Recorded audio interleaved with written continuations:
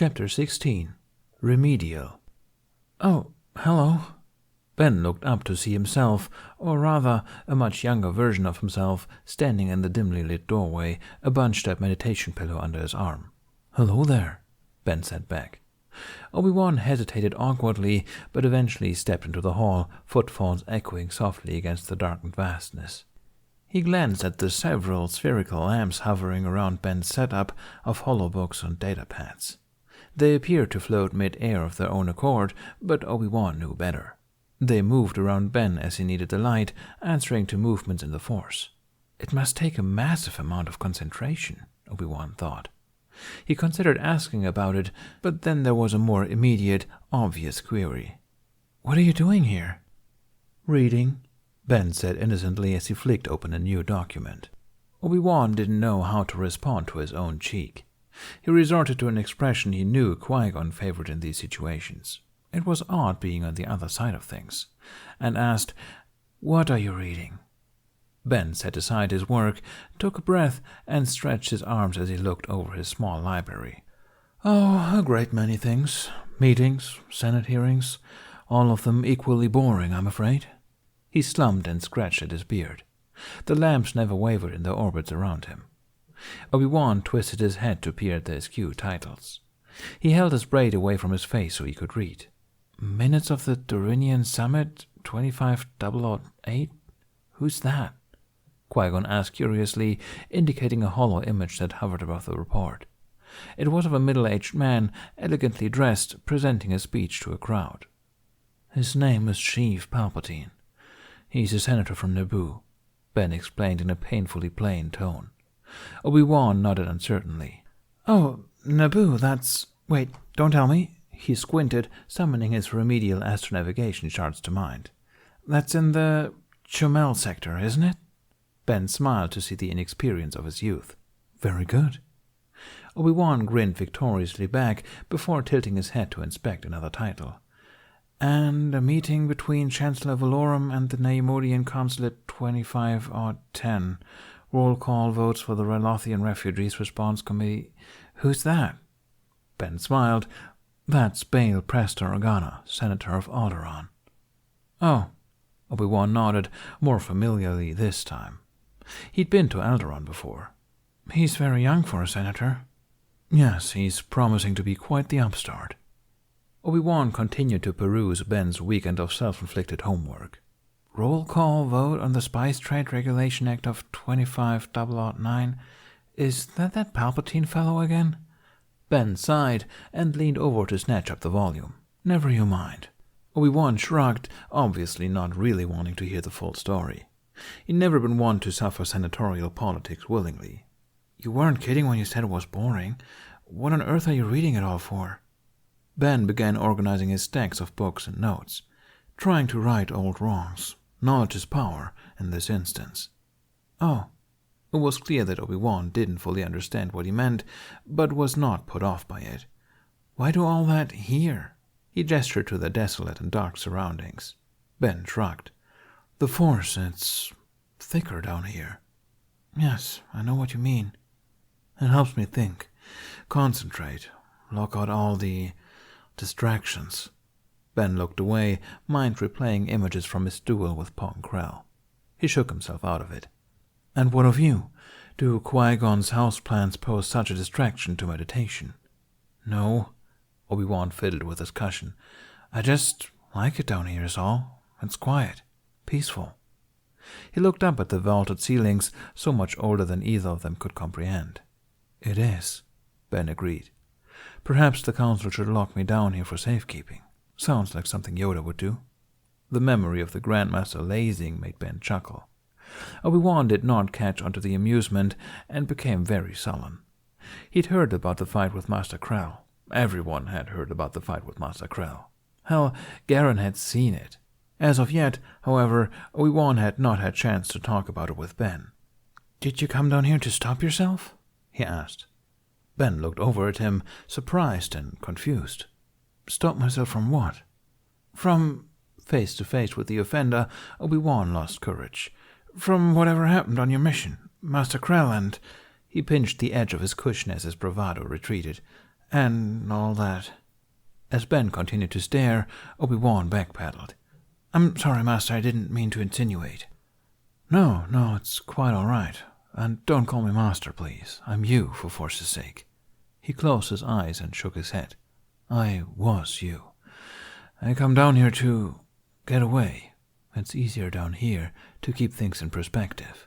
He glanced to his left, where stood the crumbled ground from which he'd emerged into this reality. This place is timeless in the Force. It does not care for politics or fear or age or death. He closed his eyes. It's dark in here. I know it is, but it's so bright. Can you feel it? ObiWan could, but not, he suspected, as strongly as Ben could.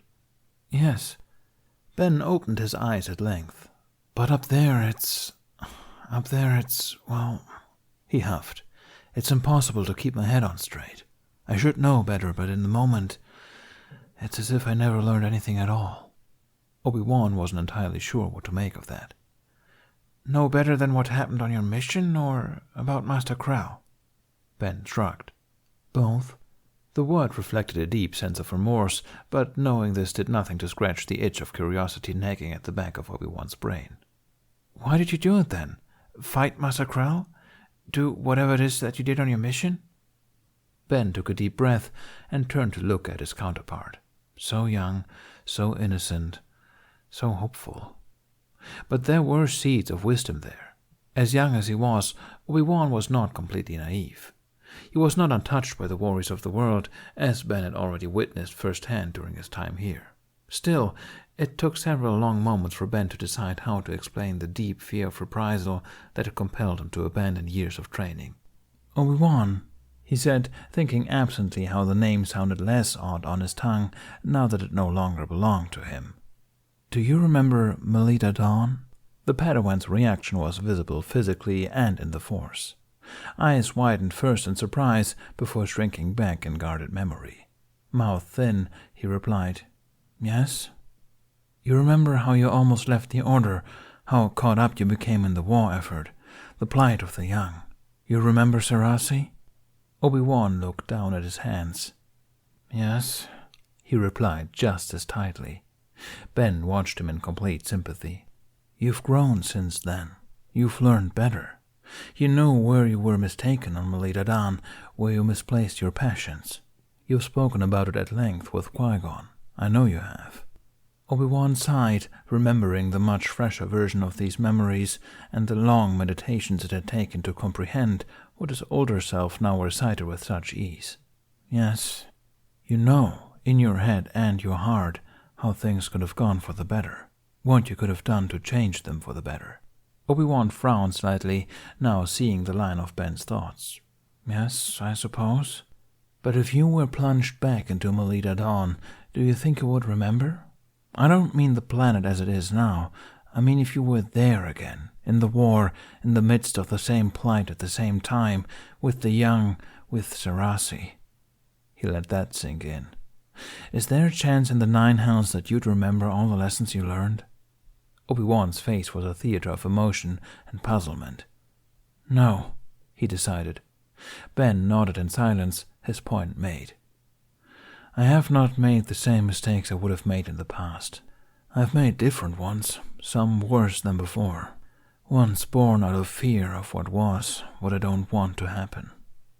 I didn't realize how afraid I was until I lashed out on the unsuspecting universe. He scoffed and rubbed his face in shame. I'm afraid Master Yoda made a terrible mistake by sending me out on active duty. ObiWan frowned at the idea, tilting his head in thought. At length, he said, Maybe not. Whether he meant it or not, by sending you out in the field, Master Yoda ensured that you would realize your fear. So now you can seek to overcome it. Better than leaving it to fester until later when it might be more harmful. It's like an exam. Even though you failed, now you know which parts you need to study again to get it right. ObiWan nodded to Ben's stacks of holobooks. As you've said, knowledge is power. Ben stared at him in genuine surprise. He could not remember having been so wise in his adolescence. The naivete had worn off so quickly after Qui-Gon. But when bathed in light, naivete was a prism for insight. Truly wonderful the mind of a child is. It really was. I doubt Master Yoda intended it that way, Ben said, a small smile beneath his mustache. But Obi-Wan, the Force works in mysterious ways, Obi-Wan reminded in his best Qui-Gon impersonation. Ben let out a laugh before he could think about stopping it. That's actually very good, he admitted. Obi-Wan beamed. Don't tell him I did that. Of course not. Smile lingering, Ben regarded his stacks of records. He hadn't gathered them out of fear. He'd gathered them in calculated communion with the Force, a care taken in light of alarming events only days past. Events that would never have come to pass if he hadn't royally criffed up everything right out of the gate. Events that, even despite his own obdurate trauma, could still change things for the better. Qui-Gon has a point, of course, the Master said eventually. He makes an annoying habit out of that. Obi-Wan snorted, still smiling, and let Ben return to his studies. They sat in companionable silence for a while, with Ben reading and Obi-Wan quietly clearing his mind, preparing to meditate. As he swept the cobwebs from his mental storerooms, Obi-Wan came across a pest of a thought that he hadn't noticed biting at him until now. Ben? He asked, turning to face the older man. Ben replied, scrolling idly through a bill. What you said about Melita Dan? The name was a harbinger of memory for both of them. Ben looked up, full attention on the apprentice. About you being here, being like me going back there. Obi-Wan frowned, something in his gut aching with insult and dread. Surely it's not that bad, is it? Ben stared back at the young face with a lost expression. There was no truthful answer he could give in sound conscience. It would not be right to explain war and genocide to its chief victim. Not now. Not with the world in flux. It would claim something far too precious on a conjecture of fear. Oh, I don't know. Ben shrugged, heart weighing like a black hole through the lie. Never you mind, young one. Obi-Wan, irritated at the young one comment, but smart enough to sense a dismissal, shrugged and released his residual curiosity into the Force. Ben took a deep breath and let himself feel the pulsing, tidal waves of the Force even as it pooled around Obi-Wan by its side. Emotion, yet peace. Emotion, yet peace. His fear ebbed away, bleeding in a flood, but sanitized as if in Bacta. Study, he told himself quietly, minding Obi-Wan's quiet retreat from the world. Arm yourself carefully, General Kenobi. This is not the same war, and it's not just yours anymore. You'd think I was fighting a war, Master Guard confided in his newfound friend when Ben came to return his archive books. Ben fought a smile as he cast a look at Ayola, who was sitting atop a nearby stool, presumably from which she was meant to be reshelving hollow volumes, swinging her legs, no spirit in a book about as big as she was. She is being silent, Ben noted. Guard gave him a withering look. Finding the bright spot in a storm is often the only way with these things. She'll grow out of the energy eventually. They all do. Grumbled Guard, keying in the commands to process Ben's returned materials. You speak from experience, then? Ben hesitated just long enough to remember his cover story. None of my own. It was annoying to have to lie, because, the stories he could tell this man. Though I've been known to teach them en masse, youth can be challenging, but... He glanced at Ayola, who was smiling a gap-toothed grin at something she read. Ben's heart warmed. I find that they are also very rewarding. I hope so, Guard said, genuine worry in his voice. After a brief pause, he confessed, She chose me, you know. Said she saw it in a dream. Really? Ben's eyebrows rose. Foresight in one so young is rare. Yes, she's quite powerful in her own way, which is what unnerves me. I know nothing of visions and foreknowledge. I'm not sure I'll be able to really help her in that area, and she needs it. Master Guard's forehead wrinkled in worry. Ben estimated that Guard was just brushing the cusp of middle age, not all that much older than Ben. At that moment, however, he looked decades older. Ben weighed his words carefully. Speaking as someone born with similar powers, Master Guard, and as someone who was successfully raised by a master inexperienced in such things, please don't ask who, you are likely exactly what she needs. Visions can consume a person if indulged too much. An anchor outside of precognition will do her good, believe me. Guard looked genuinely touched by the encouragement and smiled at Ben. Without further comment, he processed Ben's new haul of holobooks and pads. Quite a bit of research you're doing here. I can be a bit of an academic in my downtime. Guard smiled and nodded, ignorant of the fact that he was serving a master under severe censure. He glanced at the titles as he stacked them on the desk. Oh, Naboo, that world is gorgeous. You ever been? Once or twice. I take it you have as well? Yes, only once, Guard laughed. It was quite the mission. We got stuck there for an extra week and nearly missed our flight home, though I admit I would have been happy to stay. We? Ben asked curiously. Oh, yes, Guard faltered and handed the book to Ben. Yes, it was a joint mission between I and another Master Jin. I believe I've mentioned him before. Oh, yes, I'd forgotten you know him. As it happens, I'm going to have tea with him later today, Ben said in an inviting tone. Guard's back stiffened despite his smile. Really? Yes, I suppose he always enjoys his tea. He shrugged in something Ben read as a nervous manner. Truth be told, Master Kenobi, he probably doesn't remember me. It was a long time ago. Perhaps to his shame, Ben was desperate enough for friendly company that he was willing to press further. I'm sure if he saw you, it'd jog his memory. You should accompany me. I'm sure he wouldn't mind. Perhaps, but I'm afraid I must decline. I've promised Aola a good spar tonight. She gets a bit jittery cooped up in here. It's best to let her wear herself out so she can get some good sleep. I see, Ben said. He didn't. Sparring in the evening shouldn't preclude afternoon tea. Still, it was the man's own decision. Well then. He took up a stack of books and gave the interim archivist a smile. May the force be with you, Master Guard. You as well, Master Kenobi. At tea, he and Qui-Gon spent some time discussing the progress of Ben's house plans, with Qui-Gon giving gems of horticultural advice here and there. They spoke of the council next and of Ben's censure. Ben briefly reflected on his fear of the future, which Qui-Gon did not press him on, both because he knew it would do no good and because he himself was, admittedly, nervous to hear what Ben feared so much. Ben complained that Vokara Che had, in fact, scheduled him for ongoing sessions with actual mind healers, not Mace Windu, and that he would have to endure their probing questions every 2 weeks for an unspecified tenure. Qui-Gon consoled him as he could, using masterly tones and words that Ben reacted to as a matter of course.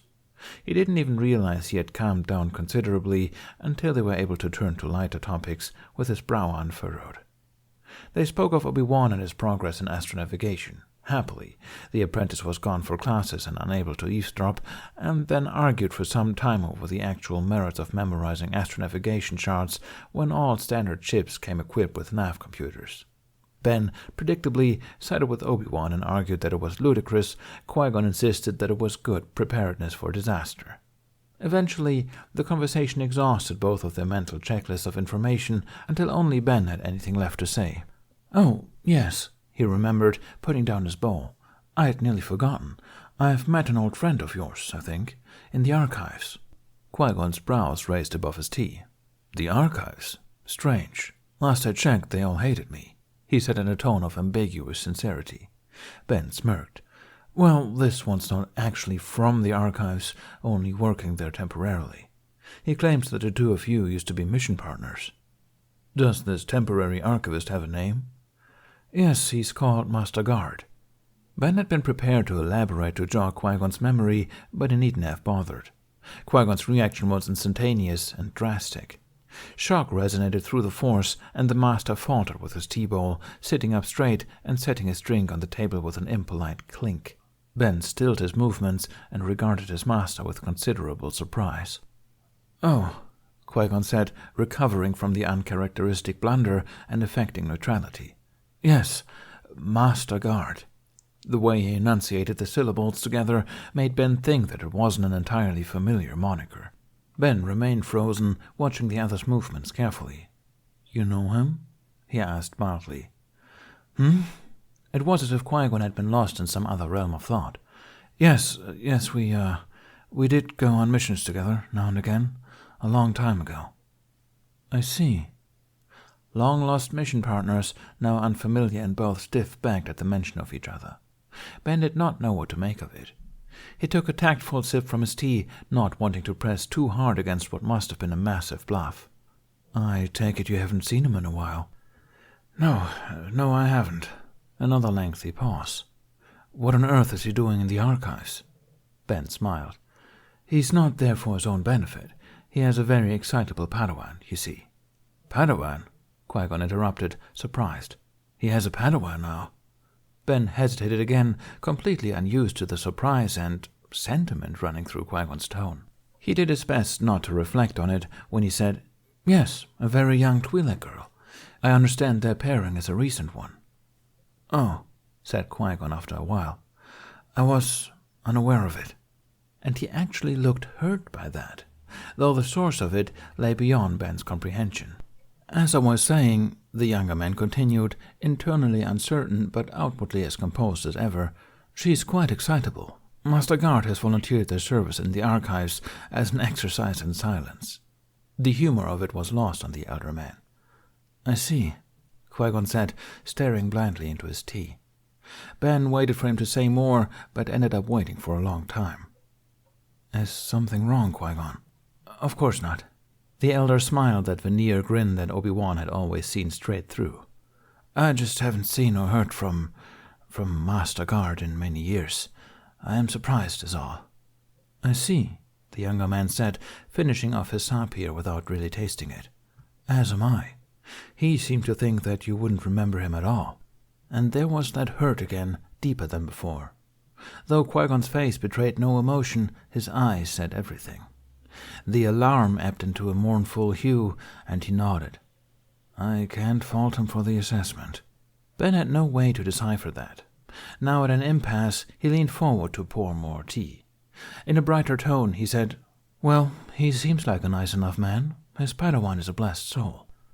Yes, Qui-Gon agreed quietly, not noticing his fresh tea or the watchful eye of his not-quite apprentice. Yes, I dare say she must be. A few days later, Ben found himself back in the archives. He didn't really need to be there. He'd read less than half of what he'd brought back from his last visit. But the mystery of Qui-Gon's relationship with Master Guard made Ben gravitate back to the archives like a moth to flame. Obi-Wan Kenobi had never been one to reach for victory by a full frontal assault, and Ben Kenobi was no different. He'd long found that a kind smile and a listening ear would win more battles than a brash attitude ever had. And so, thus armed from dimple to dimple, he entered the fray of ghostly blue lexicons, and immediately encountered the wrong opponent. Well, hello there, Padawan Aola, Ben said, peering down at the tiny ankle he'd almost tripped on. Embarrassed, Aola dropped her book and grabbed at her left leku as if it would protect her. Ben's smile grew wider. Hello, She realized she was talking too loudly and hunched, now holding her leku in front of her mouth. In a harsh whisper, she corrected, Hello, Master Kenobi. I see you're adapting well, little one, Ben replied in kind, bending at the waist to whisper.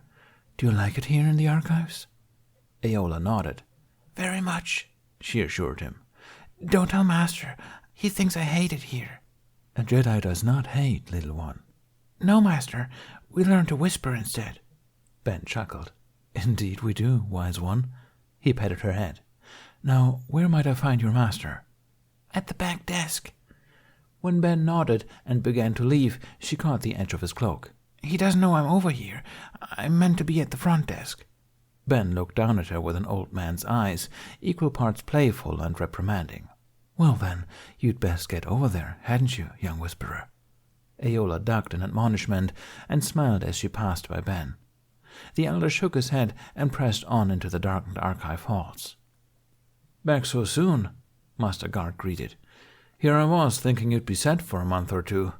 I'm a fast reader, though not quite that fast. Ben pulled a holobook from an inner cloak pocket. This volume's not quite what I expected. I think I need the next year of the same date. I see. Guard took the book, read the label, and pulled up the terminal browser to find the replacement. Ben caught him eyeing the distant front desk. She's getting quite good at silence, he complimented. Guard smiled, but ticked an eyebrow. Aye, silence-ish, at least. Now if I can get her to focus as well. One miracle at a time, Master Guard, Ben chuckled. The archivist joined in. While they waited for the computer to finish its work, Ben tossed out the probe he'd been waiting to launch since his arrival. Master Jin sends his regard, by the way. Guard's eyes shot up. After a moment of shock, he recovered and said in an incredulous tone, "Did he now?" He paused to scoff and shuffled some holographic files around in the computer. "Tell you about me, did he?" Ben had not expected such a parry and could not give a suitable riposte. "No, actually, he didn't say much, but he did remember you." "And said nothing of it." Guard didn't seem altogether surprised. "Not as such." Guard smiled thinly, vaguely. "Aye, that sounds like him. Stubborn old Jin." There was some sadness in his tone, resolute though it was. "I can't say I'm surprised. As I told you, it was a very long time ago.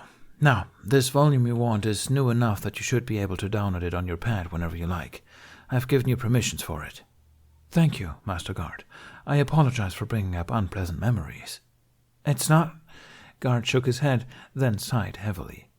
Changing subjects, he smiled softly and said, "You know, Master Kenobi, Guard is just my surname." Effectively disarmed, Ben's eyebrows came down in befuddlement. "Is it? Oh, I'm terribly sorry. I assumed— Do you prefer to be called by your first name?" "Among friends, yes." Guard smiled, well-worn laughter lines emerging to frame his features. He reached across the desk to shake Ben's hand as if meeting for the first time. "Please, call me Feemore." Ben shook the hand and smiled back. "And I'm Ben." It was not the victory he'd wanted, but a friend gained was a victory of a rare sort. And this friend, though Ben did not yet know it, was of a rarity he'd never known.